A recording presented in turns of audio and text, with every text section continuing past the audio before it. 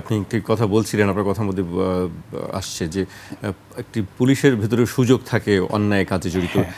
কেন এই পুলিশ বাহিনী, আমি সবাই বলবো না, কেউ কেউ হয়তো আমরা দেখি মাঝে মাঝে, সেই বিষয়ে আপনারাও জানেন নিশ্চয়ই, সে এই বিষয়ে কী করা যাবে সেই পদক্ষেপগুলিও আছে, পুলিশের অপরাধ তদন্ত বা তার বিচার কী হবে সেইগুলো আছে। পুলিশ অপরাধের সঙ্গে জড়িয়ে যাওয়ার মূল কারণগুলো কি মনে হয় আপনার কাছে? কারণ হিসাব করলে তো অনেক কিছুই বলা সম্ভব, যে পুলিশের সামনে সুযোগ থাকে এবং এই সুযোগটাকে আমরা যদি এটাকে একটা মনে করি যে আমি এই সুযোগের সদ্ব্যবহার করব, তাহলে আমার নৈতিকতার মানদণ্ডের জায়গায় আমি প্রশ্ন করতে পারি। আমার নৈতিকতার মানদণ্ড বাড়াতে গেলে আমার সমাজকেও কিন্তু নৈতিকভাবে গড়ে ওঠার ব্যাপার আছে, আমার পারিবারিক শিক্ষার ব্যাপার আছে, আমার ইনস্টিটিউশনাল শিক্ষার ব্যাপার আছে। তো এগুলো একটা লং হেরিটেড প্রসেসের মধ্যে দিয়ে আমরা এসেছি, এবং যেখানে পুলিশকে যদি মানবিক করতে হয়, পুলিশকে যদি সার্ভিস ওরিয়েন্টেড করতে হয়, তাহলে এই জায়গাগুলো তো অ্যাড্রেস করা খুব জরুরি। পুলিশের ফিডিংটা প্রপার কিনা, পুলিশের লজিস্টিক্সটা প্রপার কিনা। আপনি খুব অবাক হবেন যে এই যে মামলাগুলোতে লাশ ডিসইন্টার করতে হয়, মৃতদেহ তুলতে হয়, এর জেনারেল একটা কস্টিং আছে, আপনার ডোমের খরচ থেকে শুরু করে জেনারেল কস্টিং আছে। এই কস্টিংয়ে 10 থেকে 15,000 টাকা খরচ হয়ে যায়, কিন্তু আমরা যে ব্যয়টা আমাদেরকে দেওয়া হচ্ছে সেটা কিন্তু অনেক কম।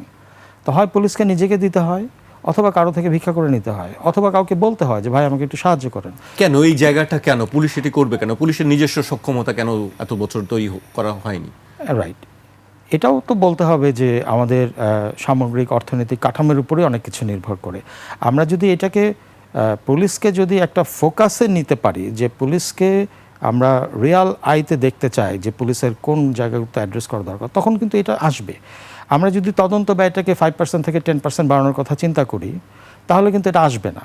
কিন্তু যদি আমি হলিস্টিক অ্যাপ্রোচে যাই, যে চিন্তা করি যে পুলিশের এই জায়গাগুলোতে কত টাকা পুলিশ এইভাবে ব্যয় করে, মানে অন্যভাবে নিয়ে ব্যয় করে, এবং এই ব্যয় করতে যাই হয়তো তার লাগবে 7,000 টাকা, সে হয়তো নিয়েছে 15,000 টাকা, তখন সে মনে করে যে this is my cost of effort. ওখান থেকে আসলে দুর্নীতির একটা সুযোগ সে খুঁজতে পারে অথবা সন্ধান পায়। একটা পর্যায়ে এটা কালচারও হয়ে যেতে পারে বা হওয়ার সুযোগ তৈরি হয়। তো আমরা এগুলোই চাই যে এগুলো প্রপারলি একটা হলিস্টিক প্রসেসে এই জিনিসগুলোতে যাওয়া হোক, এবং তখন কিন্তু ফাইন্ড আউট করা সম্ভব হবে যে পুলিশের যে হিডেন প্রবলেমসগুলো কিভাবে কাজ করে। গাড়ির কথা যদি বলি, গাড়িতে যদি আসেন, তো গাড়ি আমার দরকার হচ্ছে একটি থানায় মনে করেন 10টি, আমি পাচ্ছি 2টি। মোটরসাইকেল দরকার হচ্ছে আমার 50, সেখানে আমি পাচ্ছি হয়তো 12টি। এবং এগুলো কিন্তু অপারেশনাল ফর 24 আওয়ার্স। এটা এমন না যে সে 8 আওয়ার্স ডিউটি করলো, সে রেস্টে গেল, অথবা 16 ঘন্টা পরে সে রেস্টে গেল। Next ship is using the same vehicle. তাহলে ওই একই গাড়ি, তার সক্ষমতা, এগুলো তো থাকছে না। তাহলে এই লজিস্টিক্স, দেন তার রেস্টিং,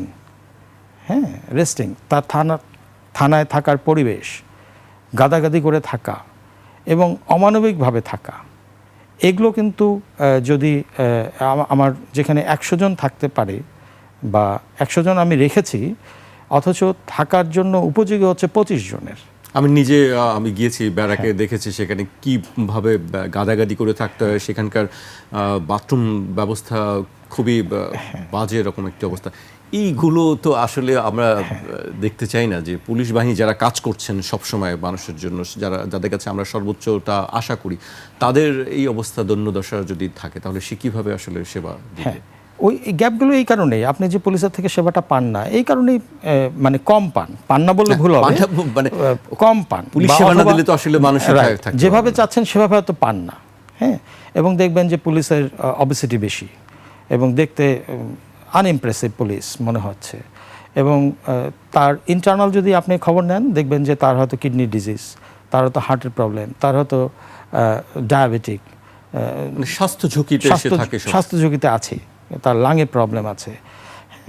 তো তার জন্য আবার এক্সট্রা ওষুধের তাকে ব্যবস্থা করতে হচ্ছে। তো সব মিলে সে কিন্তু নিজেও একটা ইন্টারনালি ট্রমাটাইজ থাকে। তো তার কমফোর্ট জোনটা তো ক্রিয়েট করা আমাদের সমাজের জন্য দরকার, যে অথবা সবাইকে মনে করা দরকার যে সে পার্ট অফ দিস সোসাইটি। আমার পুলিশ তো বিচ্ছিন্ন কিছু নয়, আমাদেরই তো অংশ। সুতরাং তাকে ওন করা, এবং তাকে ওন করলেই কিন্তু আপনি তখন আমাকে বন্ধু হিসাবেই নেবেন। আমি এখন বন্ধু হতে চাই, কিন্তু আপনি বন্ধু হচ্ছেন না, আর তখন আপনিই খুঁজবেন আমাকে যে অ্যাজ এ ফ্রেন্ড।